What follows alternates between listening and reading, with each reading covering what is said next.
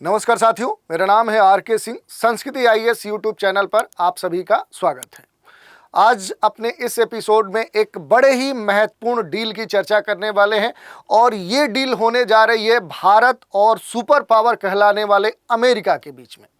ये डील इस कारण से भी महत्वपूर्ण है कि देश दुनिया में इसकी चर्चा हो रही है कि ये जो डील है अब उनके लिए खटक सकती है जो भारत विरोधी हैं। जैसे कहा जा रहा है कि पाकिस्तान को इस डील से एक बड़ा झटका लग सकता है।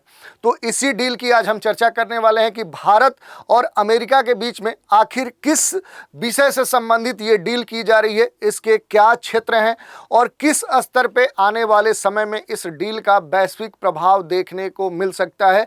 और दूसरी बात कि आखिर क्यों कहा जा रहा है कि इस डील से जो पाकिस्तान है अब उसे एक बड़ा झटका लगेगा, क्योंकि लगातार देखें तो अलग अलग मंचों पर जो पाकिस्तान है वो भारत विरोधी जो कह सकते हैं कि एक्टिविटी है उनको संचालित कर रहा है। तो इसी मुद्दे की चर्चा करेंगे, इससे जुड़े हुए जितने भी अहम पहलू हैं उन पर भी हम बात करेंगे। तो चलिए स्टार्ट करते हैं कि भारत और अमेरिका के बीच में आखिर कौन सी ऐसी डील हुई है जिस कारण से ये डील चर्चा में आ चुकी है।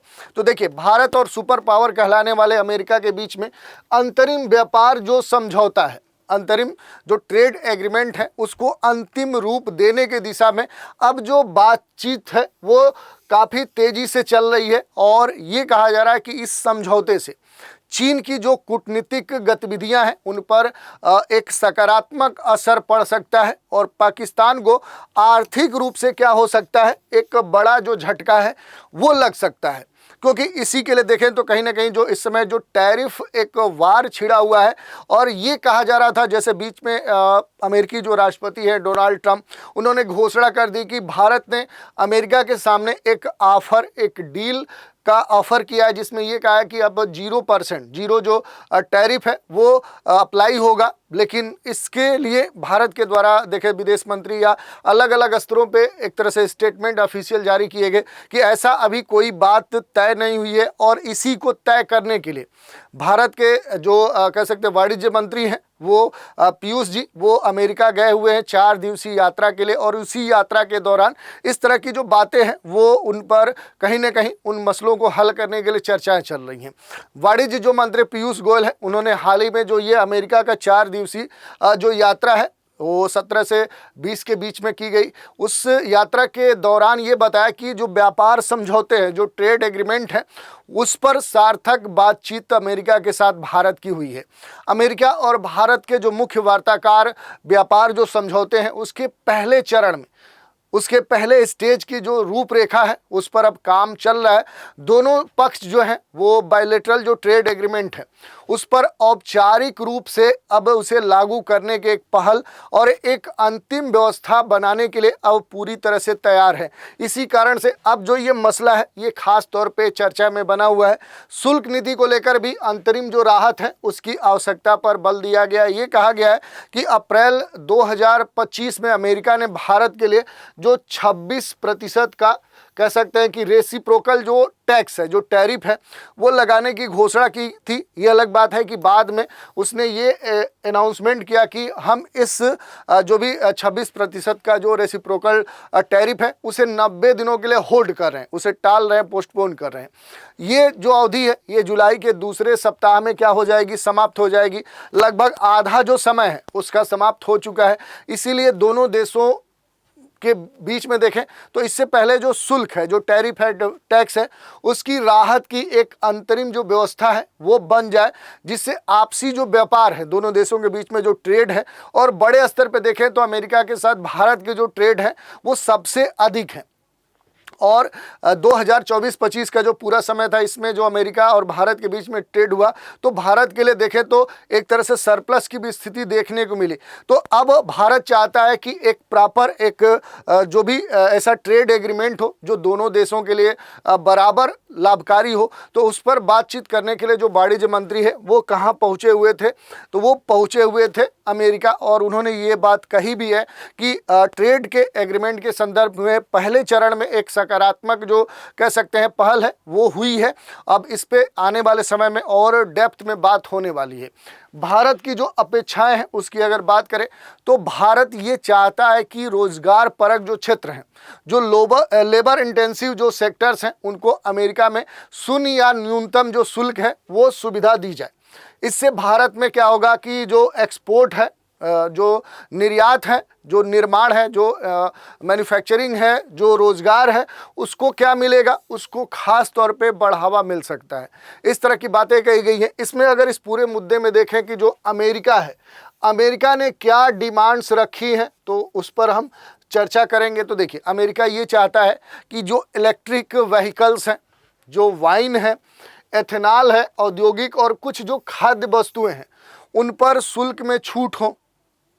दूसरी बात क्या कही गई है कि यहाँ पर जो BIS सर्टिफिकेशन है, जो BIS सर्टिफिकेशन है, उस पर भी खास तौर पे जोर दिया जा रहा है। क्यों दिया जा रहा है?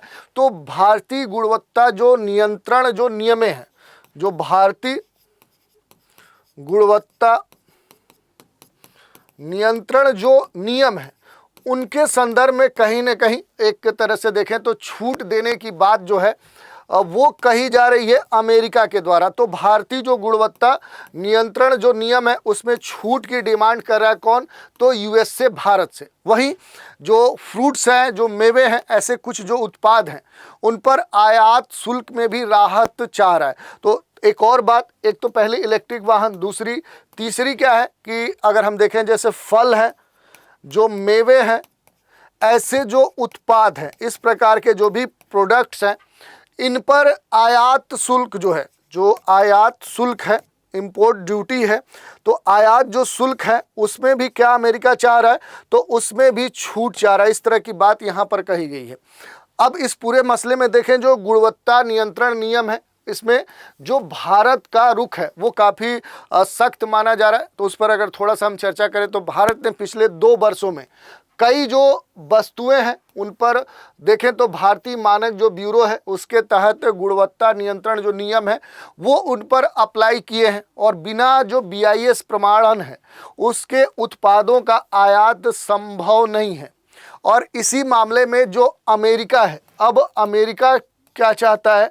तो अमेरिका इन नियमों में क्या करना चाहता है? तो इन नियमों में ढील चाहता है, इन्हें आसान चाहता है। डेयरी जो उत्पाद हैं उनमें देखें तो भारत किसी भी तरह छूट देने की तैयारी में नहीं दिखता है, और ख़ास तौर पे डेयरी जैसे उत्पादों पर भी जो अमेरिका है वो क्या चाहता है कि वो इस पर छूट चाहता है। लेकिन इस उत्पादों पर जो इंडिया का रुख है वो पूरी तरह से आप देखेंगे तो सख्त देखने को मिला है। तो इस तरह की बातें यहाँ पर देखने को मिली हैं। अब थोड़ा सा हम दोनों देशों के बीच में जो व्यापार हैं, जो साझेदार हैं, उन पर हम चर्चा करें तो देखिए, जो फिनेंशियल ईयर 2024-25 है, इसमें अमेरिका भारत का सबसे बड़ा व्यापारिक साझेदार बनकर उभरा है। दोनों देशों के बीच आप देखेंगे तो जो बायलैटरल ट्रेड है वो कितना है? तो 131.84 अरब डॉलर तक पहुंच चुका है, जो पिछले वर्ष की तुलना में आप देखेंगे तो इसमें एक तरह से उल्लेखनीय वृद्धि ही देखने को मिली है। तो जो ट्रेड है वो लगातार क्या हो रहा है? सरप्लस की ओर बढ़ रहा है। और ये आंकड़े ऐसे नहीं दिए गए, ये सारे जो आंकड़े हैं आप देख सकते हैं, ये आंकड़े किसके द्वारा दिए गए हैं? ये वाणिज्य जो मंत्रालय है उसके द्वारा प्रस्तुत किए गए। तो ये हवाई वाले आंकड़े नहीं हैं। दूसरी बात देखिए, भारत की अमेरिका को निर्यात में 11.6% की वृद्धि देखने को मिली है। भारत ने अमेरिका को 86.51 अरब डॉलर मूल्य का निर्यात किया है, जो पिछले वर्ष की तुलना में क्या है? इसमें 11.6% की बढ़ोतरी देखने को मिली है। और इस समय, इस टाइम पीरियड के दौरान देखें तो अमेरिका से आयात भी क्या है? 7.44% बढ़कर ये 45.33 अरब हो चुका है। तो इस तरह की बात कही गई है। इसके अलावा देखें तो इससे भारत को अमेरिका के साथ लगभग 41.18 अरब डॉलर का जो व्यापार अधिशेष है वो भी मिला है, जो 2023-24 से देखें तो लगभग 35.32 अरब डॉलर अधिक पाया गया है। तो ये जो सरप्लस है वो लगातार बढ़ रहा है अलग अलग सेक्टर में। तो इस कारण से देखें तो अब दोनों देश क्या है कि इसे रोकना नहीं चाहेंगे, इसे और आगे बढ़ाने पर बात करेंगे। तो इस कारण से इस तरह की जो डील है वो होना तय है। दूसरी बात देखिए, अमेरिका को प्रमुख जो भारतीय निर्यात है 2024-25 का जो फाइनेंशियल ईयर है, इसमें जो डेटा है उसमें देखिए औषधि जो उत्पाद हैं, जो बायोलॉजिकल प्रोडक्ट्स हैं, वो 8.1 अरब डॉलर हैं। टेलीकॉम जो इंस्ट्रूमेंट है वो 6.5 अरब डॉलर हैं इसके हुए हैं। और कीमती और अर्ध कीमती जो पत्थर हैं वो 5.3 अरब डॉलर हैं। पेट्रोलियम उत्पाद का 4.1 अरब डॉलर का कहीं ना कहीं व्यापार हुआ है। सोना और अन्य जो आभूषण हैं उनका जो व्यापार है वो 3.2 अरब डॉलर का हुआ है। रेडीमेड जो वस्त्र है, खास तौर पे जो सूती वस्त्र हैं, उनका जो व्यापार हुआ है वो 2.8 अरब डॉलर का हुआ है। और लोहा जो स्टील है उससे बने हुए जो उत्पाद हैं उनका जो व्यापार हुआ है वो 2.7 अरब डॉलर का हुआ है। तो इस तरह की जो बातें हैं वो यहाँ पर दी गई हैं। अमेरिका से भारत में जो प्रमुख आयात हो रहे हैं उसमें अगर देखेंगे तो जो कच्चे तेल हैं 4.5 अरब डॉलर का व्यापार हुआ है। पेट्रोलियम जो प्रोडक्ट्स हैं वो 3.6 अरब डॉलर का जो व्यापार है वो देखने को मिला है। और कोयला का और कोक का जो हुआ है व्यापार वो 3.4 अरब डॉलर का अमेरिका से भारत में प्रमुख आयात हुआ। इसके अलावा देखें तो कटे हुए पॉलिश किए गए जो डायमंड्स हैं उनका 2.6 अरब डॉलर का व्यापार हुआ। ऐसे विद्युत मशीनरी, जो विमान और उनके जो पुर्जे हैं, या फिर सोना का 1.3 अरब डॉलर का अमेरिका से भारत में प्रमुख जो कह सकते हैं कि आयात है वो देखने को मिला है। अब बात करें जो भारत है, जो अमेरिका है, इनके व्यापारिक जो समझौते हैं वो 500 अरब डॉलर कहीं ना कहीं एक टारगेट रखा गया है दोनों देशों के बीच में।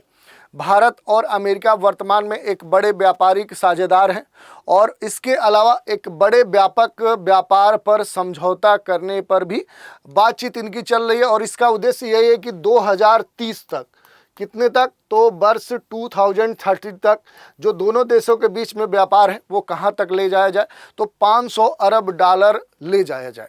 अभी ये आंकड़ा बहुत कम है, 191 अरब डॉलर है, लेकिन 2030 तक ये जो डेटा है ये 500 अरब डॉलर करने का रखा गया है। और ये जो पार्टनरशिप है ये खास तौर पे जो फार्मास्यूटिकल क्षेत्र है, जो ऊर्जा के क्षेत्र हैं, जो प्रौद्योगिकी क्षेत्र हैं, जो हीरा जैसे क्षेत्र हैं, वहाँ लगातार क्या हो रहे हैं, आप देख सकते हैं कि ये लगातार बढ़ रहे हैं। तो ये खास बात कही गई है।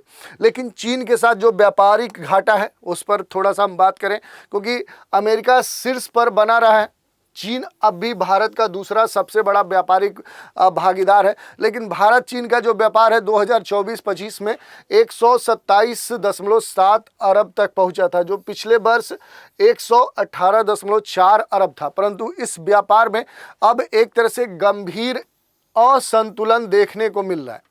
भारत के जो चीन को निर्यात है उसमें अब तेजी से गिरावट दर्ज की गई है। और ये जो गिरावट है आप देख सकते हैं कि 14.25 अरब यहाँ पर दर्शाई गई है। चीन से जो आयात है उसमें तो वृद्धि हुई है 11.52 की, लेकिन अब जो व्यापारिक घाटा है वो बढ़ चुका है, 99.2 अरब डॉलर जो व्यापारिक घाटा है वो हो चुका है। और इस कारण से देखें तो भारत के संदर्भ में चीन के साथ जो व्यापारिक घाटा है वो एक बड़ा ही महत्वपूर्ण विषय हो चुका है। इस पूरे डील के संदर्भ में देखें तो इसका जियोपॉलिटिक जो इम्पैक्ट है, भू राजनीतिक जो प्रभाव है वो क्या हो सकता है। तो देखिए, चीन इस व्यापारिक जो गठजोड़ है जो भारत और अमेरिका के बीच में हो रहा है उस पर देखें तो नज़र बनाए हुए है, क्योंकि इससे हिंद प्रशांत क्षेत्र में देखें तो भारत अमेरिका के बीच में जो बायलैटरल जो ट्रेड है, जो आर्थिक साझेदारी है वो मजबूत होगी।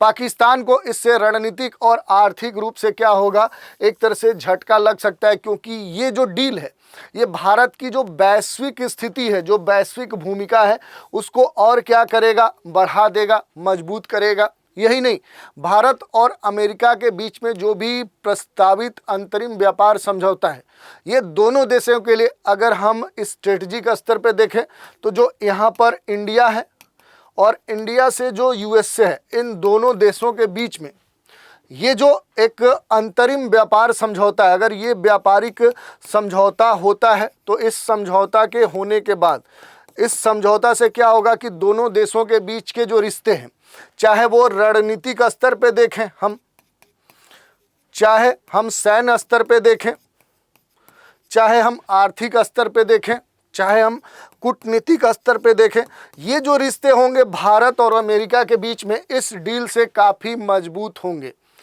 और इससे न केवल जो व्यापारिक जो बाधाएं हैं जो ट्रेड बैरियर्स थे वो भारत के लिए कम होंगे, बल्कि भारत में जो मैन्युफैक्चरिंग क्षमता है, जो वैश्विक निर्यात करने की जो क्षमता है, उसको भी बढ़ावा मिल सकता है। और कहीं न कहीं इसी कारण से जो इंडिया और यूएसए के बीच में ये जो डील हो रही है, इस डील से कई सारे जो देश हैं वो क्या है, ये देश परेशान हैं, क्योंकि इसके पीछे कई सारे जो कारण हैं वो आपको देखने को मिल सकते हैं। जैसा कि हमने बताया कि ये डील अगर होती है तो भारत और यूएसए के स्तर पे एक वैश्विक जो रणनीति है वो देखने को मिलेगी। एक वैश्विक स्तर पे जो व्यापार है वो देखने को मिलेगा। व्यापारिक जो बैरियर्स थे वो क्या होंगे, वो जो बाधाएं हैं वो समाप्त हो जाएंगी। तो ऐसे कई सारे जो प्रभाव हैं वो देखने को मिलेंगे। दूसरे स्तर पे भारत की जो मैन्युफैक्चरिंग क्षमता है, अगर हम भारत की बात करें तो इंडिया की जो कह सकते हैं कि मैन्युफैक्चरिंग जो कैपेसिटी है वो कैपेसिटी और खुलकर सबके सामने आएगी।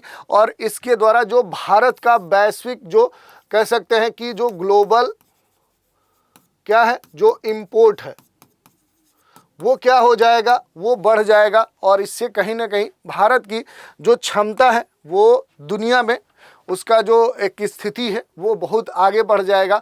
और इस कारण से चीन भी परेशान है, पाकिस्तान भी परेशान है। तो इस कारण से ये जो डील है ये काफ़ी महत्वपूर्ण हो जाती है। इसी पर आधारित एक प्रश्न है, प्रश्न देख लेते हैं।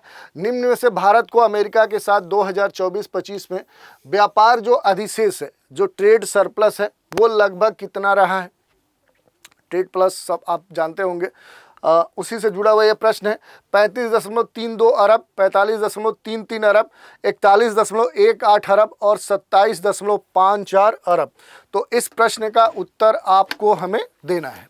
तो ये हमने देख लिया, ये बड़ा ही एक महत्वपूर्ण डील हो सकती है भारत अमेरिका के लिए। और देश के दुनिया के लिए देखें तो ये सकारात्मक भी प्रभाव देखने को इसको मिलेंगे, लेकिन बहुत सारे जो देश हैं वो इससे परेशान हैं। तो इस डील के बारे में आज हमने चर्चा की, इससे जुड़े हुए जितने भी अहम पहलू हैं उन पर भी हमने बात की। तो आज के एपिसोड में इतना ही रखते हैं। आप सभी हमारे साथ बने रहें, इसके लिए धन्यवाद।